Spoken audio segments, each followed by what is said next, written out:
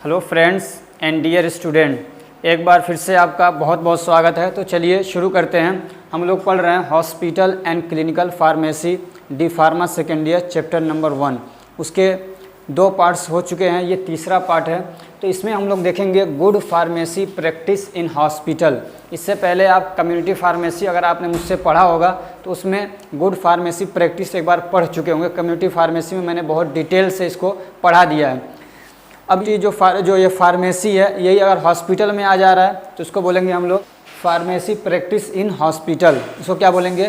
Pharmacy practice in hospital. और अगर यही फार्मेसी आपका मतलब पब्लिक में मेडिकल स्टोर के फॉर्म में आ जा रहा है तो उसको हम लोग बोलते हैं कम्युनिटी फार्मेसी। तो अब क्या होता है गुड फार्मेसी प्रैक्टिस क्या है? तो गुड फार्मेसी भी आप बता चुका हूँ, लेकिन एक बार और बता रहा हूँ मैं। गुड फार्मेसी का मतलब ये है कि आपका जो काम है फार्मेसी का, उसको आप अच्छे से करिए, एकदम लोगों को अच्छे से फ़ायदा पहुंचाइए। और वो जो भी आप अपनी सर्विस दे रहे हैं, अपनी सेवाएं दे रहे हैं, वो एविडेंस बेस हो। ऐसे नहीं कि जो मर्जी जो आपके मन में आ रहा है वो दवा दे रहे हैं, नहीं, ऐसा नहीं होना चाहिए। एविडेंस बेस जो भी आप काम कर रहे हैं उसकी मतलब एविडेंस हो, यानी कुछ उस पर रिसर्च किए गए हों, और जो रिसर्च करने वाले लोग हों वो भी ऐसे नहीं कोई भी हो, लेकिन बल्कि वो क्या हों, ऑथोराइज्ड हों, रिकॉग्नाइज्ड हों, ठीक। और फिर वो स्टैंडर्ड लेवल पे आपका काम हो, वो क्या हो, स्टैंडर्ड लेवल पे हो। तो ये होता है क्या, गुड फार्मेसी प्रैक्टिस। अब क्या हुए हैं वो स्टैंडर्ड लेवल्स, वो आप इसमें देखेंगे। अलग अलग ऑर्गेनाइजेशन ने अपनी अपनी रिसर्च की हैं और बताई हैं बहुत सारी बातें कि ये अगर आदमी करे तो वो क्या कहलाएगा, गुड फार्मेसी प्रैक्टिस। तो चलिए अब हम लोग डिटेल से देखते हैं।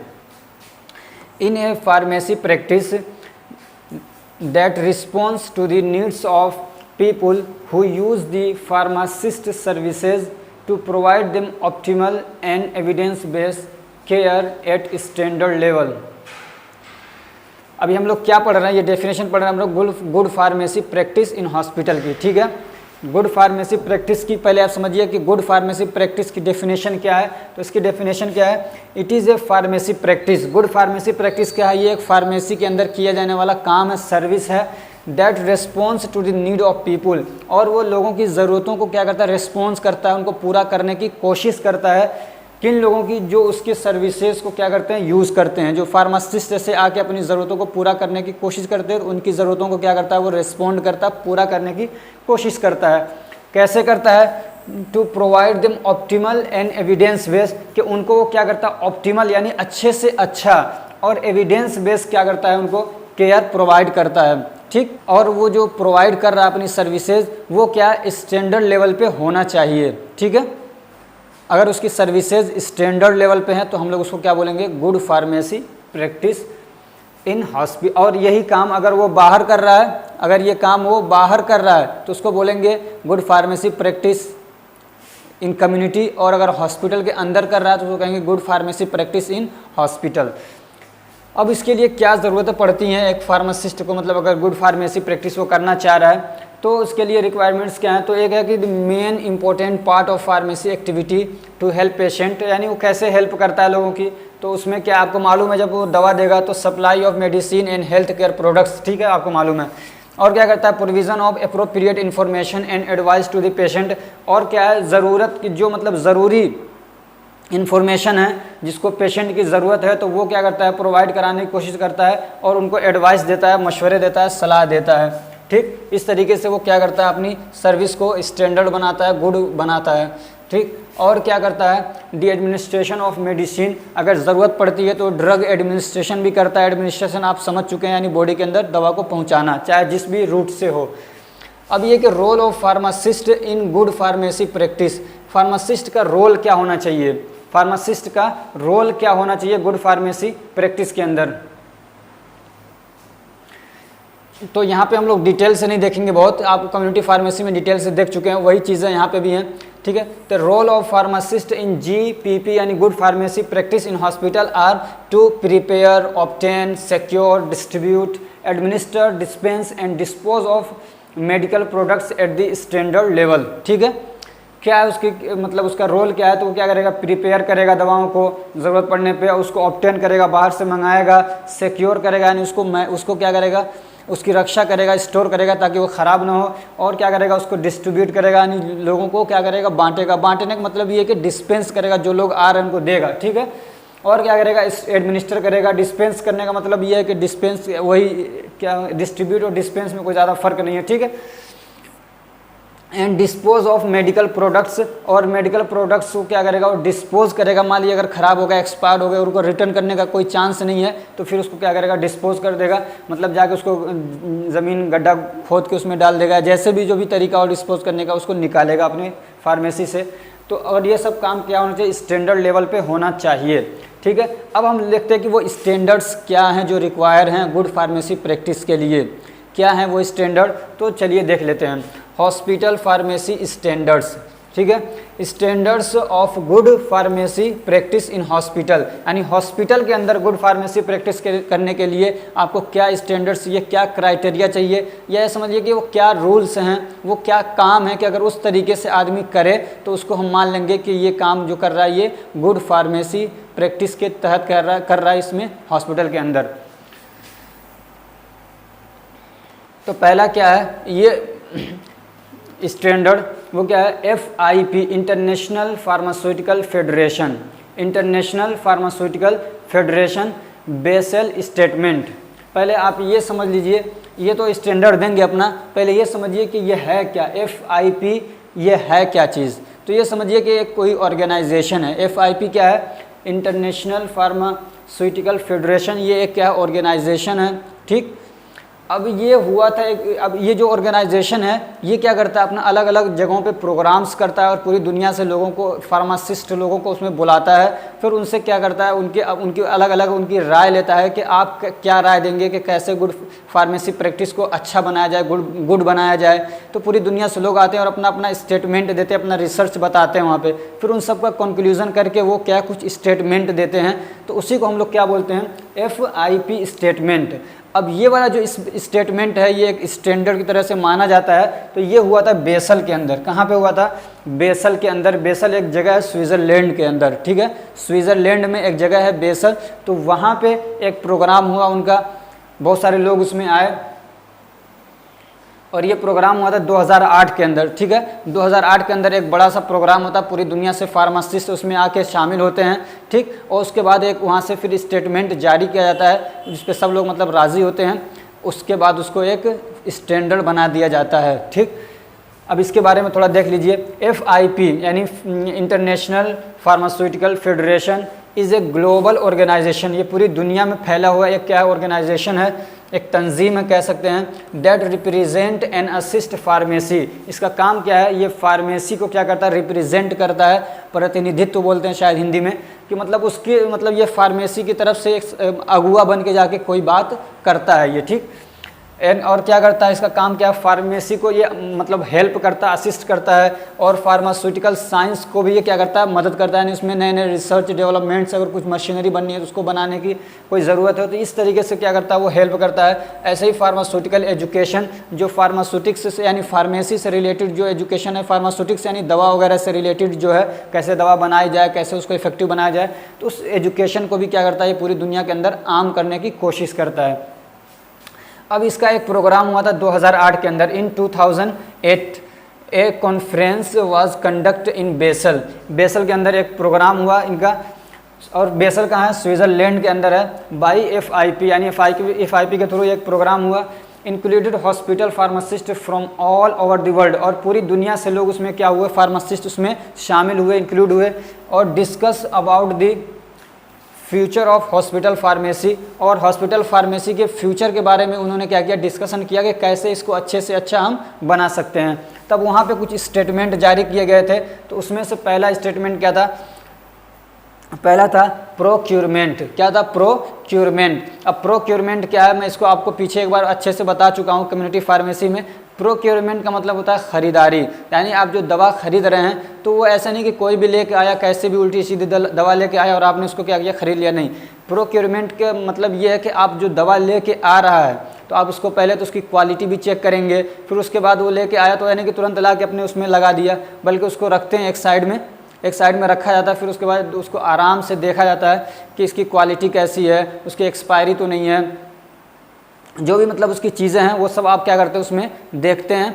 फिर उसके बाद आप उसको क्या करते हैं, अपने शेल्फ में लगाते हैं, अपनी दुकान में, अपनी जगह में उसको रखते हैं। अगर गड़बड़ी होती है तो उसको वापस कर देते हैं। और ये नहीं कि जो भी कीमत वो ले रहा है, बहुत सारी चीज़ें हैं, मतलब ख़रीदारी से रिलेटेड जो भी आप बाई करने जा रहे हैं, तो बहुत सारी चीज़ें जो भी देखते हैं आप, तो वो सब इसमें आएगा, ठीक है। तो एक स्टेटमेंट ये था उसमें। दूसरा क्या था, इन्फ्लुएंस ऑफ प्रिस्क्राइबिंग। उसमें क्या था दूसरा statement, influence of prescribing. Influence का मतलब ये होता है, इन्फ्लुएंस जानते हो ना, कि किसी चीज़ पे असर डालना अपना। तो अब ये कि बहुत सारी दवाएं हैं, तो कौन सी दवा ज़्यादा डॉक्टर लोग प्रिस्क्राइब कर रहे हैं, हो रहा है ना, ऐसा होता है आजकल। तो मतलब एक खिलवाड़ बना दिया गया इसको कि अब MR है, वो जाता है और उसको डॉक्टर को कुछ पैसे दे दिया। जैसे अभी डोलो के बारे में हुआ, डोलो एक दवा आती है पैरासीटामोल टाइप की, ठीक है। उसको डॉक्टर्स को खूब पैसे खिलाए उन्होंने, तो हर डॉक्टर वही प्रिस्क्राइब कर रहा है, हर डॉक्टर वही दवा क्या कर रहा है, प्रिस्क्राइब कर रहा है। तो वही कह रहे हैं कि इन्फ्लुएंस ऑन प्रिस्क्राइबिंग पे भी उन्होंने क्या किया, डिस्कस किया। तो अब ये बताया कि क्या क्या चीज़ें मतलब इन्फ्लुएंस करती हैं प्रिस्क्राइब करने के लिए डॉक्टर को। तो एक तो डॉक्टर की खुद की चॉइस है, यानी हो सकता है कि अब ये ईमानदार डॉक्टर हो और उसको दवा का इफेक्ट, साइड इफेक्ट, एक्शन अच्छा लगता हो तो वो प्रिस्क्राइब करेगा। फिर दवा का कॉस्ट भी क्या कर सकता है, वो कर सकता है, इन्फ्लुएंस कर सकता है। ऐसे ही मार्केटिंग, यानी दवा की मार्केटिंग अगर ज़्यादा की जा रही है, बहुत अच्छे से की जा रही है, खूब उसका प्रचार किया जा रहा है, तो ये भी क्या कर सकता है, इन्फ्लुएंस कर सकता है। ऐसे ही क्या है कि स्टेटमेंट था उसमें, preparation and delivery of medicine, यानी दवाओं को बनाया जाए और उसको डिलीवर किया जाए, तो उसके रिगार्डिंग भी उन्होंने क्या किया, स्टेटमेंट दिया। और क्या था उसमें, एडमिनिस्ट्रेशन ऑफ मेडिसिन, यानी मेडिसिन को, यानी कि जैसे मान लीजिए कोई बहुत सारे लिक्विड डोज हैं, ठीक है। अब ये कि इंजेक्शन के थ्रू उनको देना है, तो इंजेक्शन के भी अलग अलग रूट हैं, कुछ IV रूट से दिए जाते हैं, कुछ जो इंट्रामस्कुलर दिए जाते हैं, कुछ ऐसे होते हैं जो सबकी ट्यूनियस रूट से दिए जाते हैं, तो या कुछ होते हैं ओरल दिए जाते हैं, कुछ वेजाइना के थ्रू दिए जाते हैं। तो ये कि जो उसका रूट एडमिनिस्ट्रेशन है उसको ध्यान से देखा जाए, तब आप काम कर सकते हैं अच्छे से। ऐसे ही मॉनिटरिंग ऑफ मेडिसिन यूज़, आप जो दवा यूज़ कर रहे हैं उसको मॉनिटर करिए कि उसका क्या इफेक्ट आ रहा है, उसको रिपोर्ट करिए। अगर दवा का इफेक्ट अच्छा नहीं आ रहा उसको हटा दीजिए, दूसरी दवा यूज़ करिए। तो इस तरीके से भी आप अपने फार्मेसी को क्या कर सकते हैं, अच्छा कर सकते हैं। ऐसे ही human resources training and development. Human क्या है, ह्यूमन रिसोर्स मतलब अच्छे लोगों को अपने पास लाना, जो काबिल लोग हैं, जो ट्रेंड हैं। और फिर अगर ट्रेंड नहीं है तो उनको ट्रेंड करिए, उनको यूज़ करिए, उनको डेवलप करिए। तो इस तरीके से भी आपने ये पता चला कि आप 1-1 हज़ार के 2-2 हज़ार के लोग अपनी फार्मेसी में ला के रख रहे हैं काम करने के लिए, जो पढ़े लिखे कुछ भी नहीं है। तो इस तरीके से आपकी फार्मेसी प्रैक्टिस अच्छी नहीं रहेगी। तो इस पर भी क्या कर उन्होंने स्टेटमेंट दिया कि इसको भी अच्छा करना है। अब एक स्टैंडर्ड है किसका, ASHP, यानी ये जो अलग अलग ऑर्गेनाइजेशन है, इनने जो बातें बताई हैं, अगर उनको कोई फार्मासिस्ट यूज़ कर रहा है तो कहेंगे कि मतलब ये एविडेंस बेस कर रहा है और ये गुड फार्मेसी प्रैक्टिस कर रहा है, ठीक है। अब ASHP क्या है, तो ये American society of health system pharmacy, इसका मतलब है हेल्थ सिस्टम फार्मेसी। ये एक ऑर्गेनाइजेशन है जो अमेरिका के अंदर है, काफ़ी बड़ी ऑर्गेनाइजेशन है, तकरीबन 60,000 से ज़्यादा लोग इसके मतलब जुड़े हुए हैं अलग अलग जगह से। तो ये क्या, the American society of health system pharmacists represent all pharmacist. तो ये क्या करते हैं, ये बहुत सारे समझिए, बल्कि ये कह रहे हैं कि पूरे फार्मासिस्ट जितने हैं उन सबको क्या करते हैं, ये रिप्रेजेंट करते हैं, यानी उनकी अगुवाई करते हैं, उनकी तरफ से एक बात बोलते हैं। अगर वो बोलते हैं जिसका मतलब सारे फार्मासिस्ट उस पर क्या है, राज़ी हैं। Who provide health care services, तो ये लोग क्या करते हैं, ये जो ऑर्गेनाइजेशन है ये हेल्थ केयर सर्विसेज प्रोवाइड करते हैं। This organisation is made up of more than 60,000 member, इसमें 60,000 से भी ज़्यादा मेंबर हैं इसके, और वो लोग सब लोग रिसर्च करते हैं अपनी अपनी मतलब मिल के। उसमें फार्मेसी टेक्नीशियन भी हैं, फार्मासिस्ट भी हैं, and training and professional pharmacist भी हैं उसमें, ठीक है, जो ट्रेनिंग ले रहे हैं और जो मतलब प्रोफेशनल है, बहुत पुराने हैं, बहुत ट्रेंड है, ऐसे सारे लोग मिलके ये लोग क्या करते हैं, मतलब रिसर्च करते हैं पूरी, फिर अपनी एक रिपोर्ट जारी करते हैं कि ये काम किया जाए तो ये अच्छा रहेगा, ठीक। तो उन्होंने क्या स्टैंडर्ड, मतलब उनके हिसाब से क्या क्या स्टैंडर्ड होना चाहिए, तो बताया उन्होंने कि the pharmacist should have appropriate knowledge of pharmacy department. कोई ऐसी बात नहीं है कि मतलब ये कि जो फार्मासिस्ट है उसको अच्छी नॉलेज होनी चाहिए पूरी। ऐसे ही उसके पास क्या होना चाहिए, एब्रीविएशन का नॉलेज होना चाहिए। जैसे मैंने बताया था OD, तो इसका क्या मतलब होगा, दिन में एक बार लेना है, ठीक। तो इस तरीके जो एब्रीविएशंस हैं उनका भी उसको क्या होना चाहिए, नॉलेज होना चाहिए।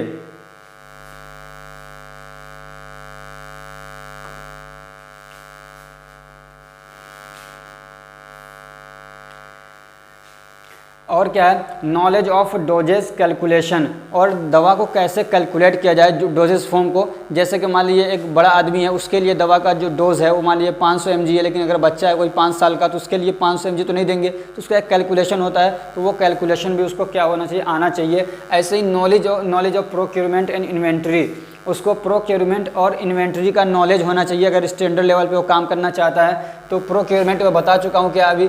इन्वेंट्री का मतलब ये होता है कि जो भी वो काम कर रहा है, जो चीज़ें खरीद रहा है, जो बेच रहा है, उस सबको क्या करे, अपने एक मतलब डायरी में या जैसे भी अपने सिस्टम पे, कंप्यूटर पे कहीं पे उसको लिखे, उसको बोलते हैं हम लोग इन्वेंट्री मैनेजमेंट, यानी उसको अपने पास रिकॉर्ड बना के रखे।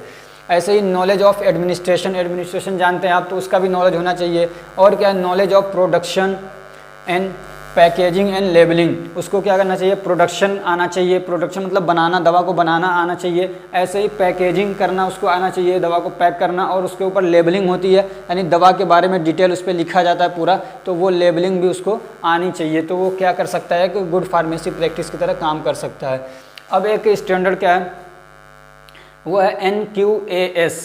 NQAS, इसको थोड़ा ध्यान रखिएगा, नेशनल क्वालिटी एश्योरेंस स्टैंडर्ड्स, ठीक है। NQAS, तो ये नेशनल लेवल पे है, हमारे इंडिया की मतलब ये ऑर्गेनाइजेशन है, समझिए।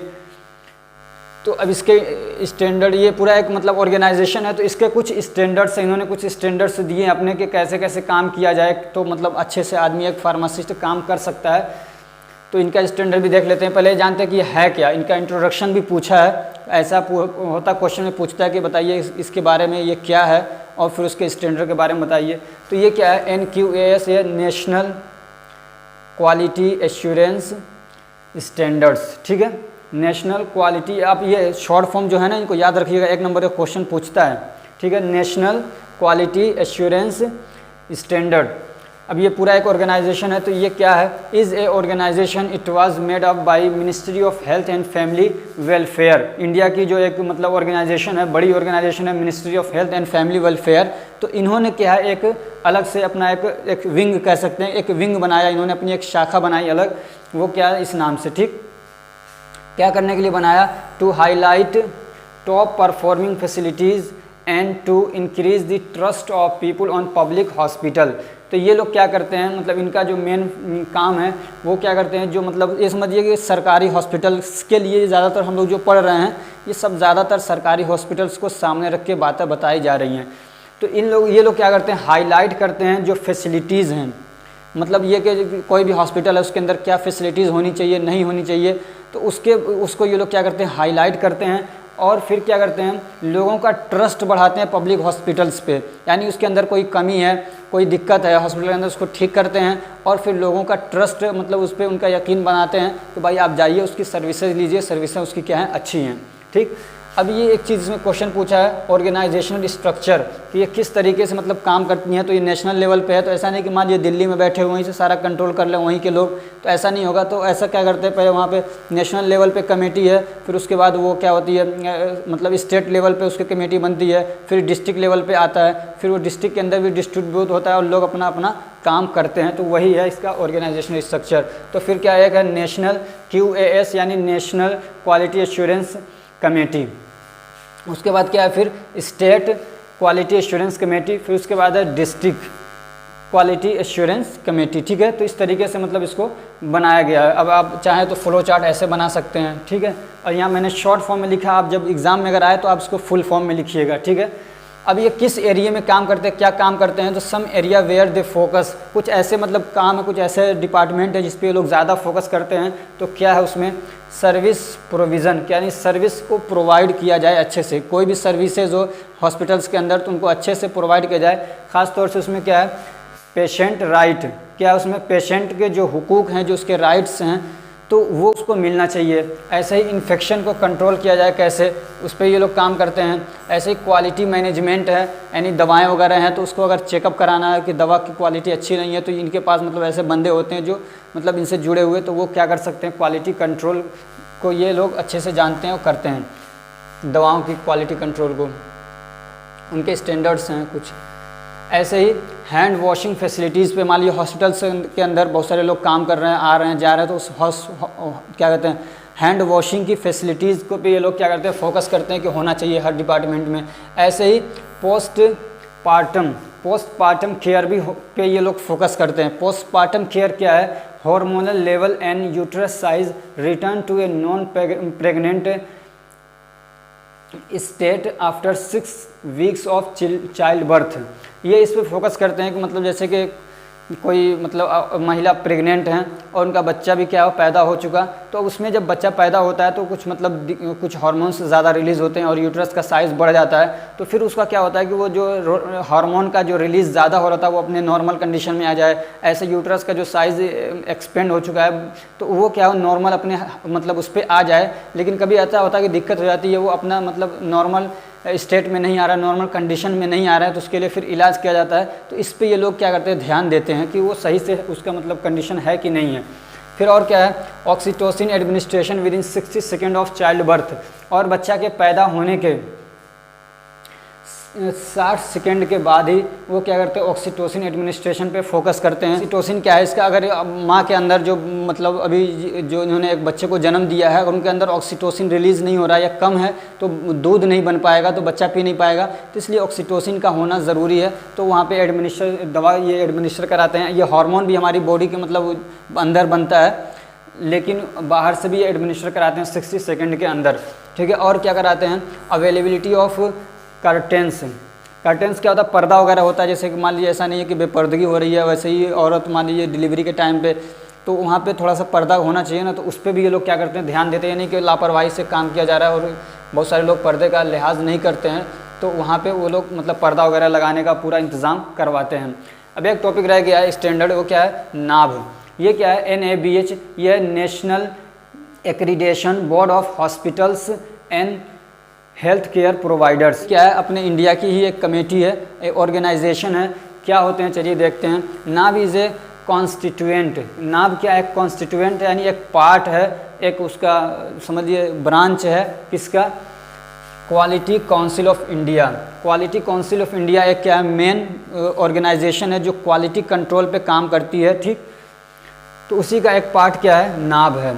इट इज़ मेड अप, इसको बनाया गया है टू ऑपरेट हॉस्पिटल एक्रीडेशन। ये काम क्या करता है, हॉस्पिटल को एक्रीडेशन का काम करता है, ये वाला जो नाभ है, ठीक है। क्या करता है, हॉस्पिटल्स को अप्रूवल देता है। एक्रीडेशन का मतलब क्या है, अप्रूवल देता है। मतलब ये कोई हॉस्पिटल खुलने वाला है, कोई खोल रहा है अपना, तो इसमें क्या क्या चीज़ें, अगर अब इसका कुछ स्टैंडर्ड है वो हम पढ़ेंगे, अगर वो चीज़ें फैसिलिटीज़ वहाँ पे हैं तब ये इसको अप्रूवल देगा कि हाँ आप हॉस्पिटल ये खोल सकते हैं, चला सकते हैं। अगर वो फैसिलिटीज़ नहीं हैं तो ये फिर ये अप्रूवल नहीं देता है। अगर वो फिर भी हॉस्पिटल चलाता है तो वो इलीगल तरीके से काम कर रहा है, उसके खिलाफ एक्शन लिया जा सकता है, ठीक है। तब इसके कौन, नाभ, ठीक है। This board give approval to the hospitals and health care providers. और ये जो बोर्ड है ये क्या करता है, हॉस्पिटल्स को या हेल्थ केयर जो प्रोवाइडर्स हैं उनको अप्रूवल देता है आफ्टर कंप्लीटिंग सर्टेन स्टैंडर्ड्स। और इनके कुछ जो इनके ख़ास स्टैंडर्ड्स हैं, कुछ इनके क्राइटेरियाज़ हैं, उसको अगर वो हॉस्पिटल या वो जो भी हेल्थ केयर प्रोवाइडर सिस्टम है अगर वो कंप्लीट कर रहा है, उसके अंदर है, अचीविंग कर रहा है, तब वो उसको मतलब देते हैं अप्रूवल, नहीं तो उसको रिजेक्ट कर देते हैं। तब इनके स्टैंडर्ड्स क्या हैं, चलिए देखते हैं। तो पहला क्या है इसमें, लीगल रिक्वायरमेंट्स। इनको ये कहते हैं कि हम अप्रूवल देंगे लेकिन आपके पास कुछ मतलब डॉक्यूमेंट्स होने चाहिए लीगली जिसकी ज़रूरत पड़ती है। तो वो क्या है, क्वालिफाइड फार्मासिस्ट होना चाहिए। पहली बात क्या है कि जो भी अगर हॉस्पिटल फार्मेसी की हम लोग बात कर रहे हैं ना, तो हॉस्पिटल फार्मेसी चलाने के लिए क्वालिफाइड फार्मासिस्ट होना चाहिए। शुड हैव देयर सर्टिफिकेट, और उनका सर्टिफिकेट उनके साथ में होना चाहिए, मतलब जहाँ पे वो काम कर रहे हैं उनका सर्टिफिकेट डिस्प्लेड होना चाहिए। यानी कि ये कि मान लीजिए इनका सर्टिफिकेट है तो आप वहीं पे कहीं पे उसको चिपका दीजिए, एक फ़ोटोकॉपी उसकी, ठीक है, फार्मेसी के अंदर अपने। और क्या है इनका, schedule HNX drug should only be sold by retailers. और ये क्या है कि जो उनको मतलब इकरार लेते हैं उनसे, ये मतलब कि आप सिर्फ जो मतलब H और X टाइप की जो ड्रग्स हैं इस शेड्यूल में आते हैं, इसमें नारकोटिक ड्रग्स आती हैं और ऐसी और नारकोटिक्स हो गई या साइकोट्रोपिक्स ड्रग्स हैं, इस टाइप की जो ड्रग्स हैं तो उनको H और एक्स में डाल दिया गया, बहुत सारी दवाएं हैं, तकरीबन 500 तक दवाएं हैं, तो उनके लिए ये है कि आप अगर कोई प्रिस्क्रिप्शन है, वैलिड प्रिस्क्रिप्शन है तभी वो दवा दी जाएगी, अगर वैलिड प्रिस्क्रिप्शन नहीं है तो वो दवा नहीं दी जाती है, मतलब फार्मासिस्ट नहीं दे सकता है, अगर कोई देता है तो वो जुर्म कर रहा है, उसके खिलाफ एक्शन लिया जा सकता है। तो जो एच और एक्स वाली जो शेड्यूल्ड ड्रग्स हैं वो सिर्फ उसी वक्त मतलब रिटेलर से बेचेगा जब वो प्रिस्क्राइब की गई हो किसी लाइसेंस मेडिकल प्रोफेशनल के थ्रू, यानी किसी ऐसे डॉक्टर या जो भी प्रोफेशनल है जो लाइसेंस रखता हो, यानी खुद वो रजिस्टर्ड हो, यानी कि वह भी ऐसा ही झोला छाप हो, तब नहीं देंगे। तो ये एक इनका एक रूल ये भी अगर देखते हैं ये उससे इकरार लेते हैं, ठीक है। तीसरा क्या है, the pharmacy should not sold the physician samples, ऐसे ही जो फार्मेसी है वो जो फिजिशियन के सैंपल्स हैं उनको नहीं बेचना चाहिए, उसको नहीं बेच सकता है। वो क्या है, फिजिशियन का सैंपल, यानी कोई भी मैन्युफैक्चरर कंपनी अपनी जब दवा बनाती है कोई नई, तो वो फिजिशियंस को, बहुत सारे डॉक्टर्स को देती है कि आप देखिए कि इसका इफेक्ट कैसा रह रहा है, तो वो चेक करने के लिए होती है, बेचने के लिए नहीं होती है। लेकिन बहुत सारे लोग गड़बड़ी करते हैं और उठा के दे देते हैं फार्मेसी वालों को और वो बेच रहे हैं, तो ये भी उसके लिए एक जुर्म है, ठीक है। और तीसरा क्या है, the NDPS medications should be kept in locked container in a register should be available to keep record of every issue of NDPS medications. पहले समझिए कि NDPS क्या है। एक बात बता दूं कि आप जो भी इस तरह के शॉर्ट फॉर्म है उसको याद रखिए, क्वेश्चन देता है 1 नंबर का, ठीक है। तो इसका मतलब है narcotic drugs and psychotic substance. तो ऐसी जो दवाएं हैं उनको क्या करना है, लॉक्ड कंटेनर में रखना है, यानी ताला वगैरह लगा के रखना है, यानी कि जो आपके यहाँ छोटे मोटे फार्मासिस्ट हैं वही लेके खाने लग जा रहे हैं, क्योंकि जो ड्रग एडिक्शन होता है, लोग कहते हैं ना ड्रग ले रहा है, तो वो इस टाइप की दवाएँ होती हैं। और दूसरी बात कि जो भी दवा आपके पास है वो किसको दी जा रही है, आपने कितना मंगाया और किसको कितना बेचा, वो सारा रिकॉर्ड आपके पास होना चाहिए, ठीक है। और क्या है, all the legal document should be updated during the valid time. और क्या, आपके मतलब जो आपके पास जो भी लाइसेंस वगैरह है तो उसकी एक टाइमिंग होती है, फिर जब एक्सपायर होने लगे तो एक्सपायर होने से पहले आपको उसको क्या रिन्यूअल कराना है, ठीक। अब दूसरा क्या है, एक्सेस टू मेडिकेशन, यानी ये कि जो आपके यहाँ मेडिसिन है वहाँ पे कौन कौन लोग पहुँच सकते हैं, किसकी किसकी वहाँ पे पहुँच होनी चाहिए, यानी कि कोई भी घुस जा रहा है और दवा को क्या कर रहा है, मिसयूज़ कर रहा है। तो क्या the pharmacy should not stock the pharmacy should stock only those medicine which are listed on the hospitals formulary. ये कह रहे हैं कि जो फार्मासिस्ट है वो सिर्फ उन्हीं दवाओं को अपनी मतलब हॉस्पिटल फार्मेसी की बात चल रही है तो उसमें अपने फार्मेसी में सिर्फ उन्हीं दवाओं को रखेगा जो हॉस्पिटल के फॉर्मूलरी में क्या है लिस्टेड हैं। अब ये फॉर्मूलरी क्या है, अगला जो चैप्टर है उसमें आप इसी को डिटेल से पढ़ने वाले हैं, कैसे क्या होता है फॉर्मूलरी क्या होता है। सिर्फ इतना जानिए कि दवाओं की एक लिस्ट होती है कि इस हॉस्पिटल के अंदर ये दवाएँ बेची जाएंगी, इस बीमारी में ये दवा दी जाएगी, तो उसकी एक लिस्ट रहती है। तो सिर्फ वही वाली दवाएँ आपके फार्मेसी में होना चाहिए। और क्या है, the pharmacy in charge should be aware of the procedure for obtaining medication. ये कह रहे हैं कि जो फार्मेसी का इंचार्ज है यानी चीफ फार्मासिस्ट मान लीजिए, तो उसको ये मालूम होना चाहिए कि मतलब दवाएं कैसे मंगाएंगे। अब पता चला दवा ख़त्म हो गई यहाँ पे, उसको दवा को ऑब्टेन करने का मंगाने का तरीका ही नहीं मालूम है, तो वो भी उससे मालूम होना चाहिए। तो ऐसी कोई बात नहीं है इतनी, ठीक है। मतलब ये कि वो आदमी एक्सपीरियंस होना चाहिए, ये कहना चाह रहा है इसमें, ठीक है। The room and area where the medications are kept should be clean and free from vermin and bugs। ये कह रहे हैं कि जहाँ पे दवाएं वगैरह रखी जा रही हैं तो वो एरिया जो है वो साफ़ सुथरा होना चाहिए और कीड़े मकोड़ों से भी क्या हो, फ्री होना चाहिए। वहाँ पे ऐसा नहीं हो कि कीड़े मकोड़े हों। वर्मिन्स और बग्स मतलब ये कि जो कीटनाशक जो कीड़े मकोड़े होते हैं जो दवाओं को या खाने वाली चीज़ों को क्या करते हैं, नुकसान कर देते हैं, ख़राब कर देते हैं, तो उनसे भी बचा के रखना है। तो इसलिए वो ऐसी जगह होना चाहिए जहाँ पर कीड़े मकोड़े ना हों। और क्या है, the proper security like CCTV camera and entry restriction should be available in pharmacy. ये कह रहे हैं फार्मेसी के अंदर सिक्योरिटी भी होना चाहिए। जैसे कि सिक्योरिटी मतलब ये नहीं कि गार्ड बिठा दिए 10-12, ये मतलब नहीं, बल्कि कि CCTV कैमरा होना चाहिए और उससे मतलब निगरानी हो सकती है। और ये कि हर किसी को अंदर जाने के परमिशन नहीं होना चाहिए। भाई जो लोग मतलब उसमें काम करने वाले वही लोग हैं, नहीं तो फिर वहाँ से दवाएँ क्या करेंगे, चोरी करेंगे, तो इस तरीके से दिक्कत आएगी। और क्या इसके मतलब ये स्टैंडर्ड्स हैं सब, ये जो मतलब गुड फार्मेसी प्रैक्टिस के, ये काम करेगा आदमी तो स्टैंडर्ड लेवल पे काम कर सकता है वो। और क्या है, मेडिसिन सेफ्टी। क्या है, मेडिसिन सेफ्टी। तो क्या refrigerator should be available for the drugs are not stable in room temperature. बहुत सारी दवाएं तो रूम टेम्परेचर पे ऐसे यहाँ रख देंगे तो स्टेबल रहेंगी, ख़राब नहीं होंगी। लेकिन कुछ दवाएं ऐसी होती हैं जिनको कम टेम्परेचर में रखना है तो उसके लिए रेफ्रिजरेटर होना चाहिए। तो ये एक रिक्वायरमेंट ये भी है। दूसरा क्या है, पर्सनल आइटम्स, ये कोई ख़ास बात नहीं है, ये कह रहे हैं कि जो तुम्हारे खुद के सामान है, जैसे खाने पीने की ठंडी चीज़ें हैं, तो आप उसको फ्रिज में नहीं रखेंगे, जो उस वाले फ्रिज में नहीं रखेंगे जिसमें दवाएं रखी जा रही हैं। होता है कि वो एक फार्मासिस्ट बैठा हुआ अपने क्या कहते हैं फार्मेसी में, और अपना खाना वाना भी ला रहा है, उसमें डाल दे रहा है, तो ये नहीं होना चाहिए। और क्या है, LASA drugs should be stored separately और कलर कोडेड।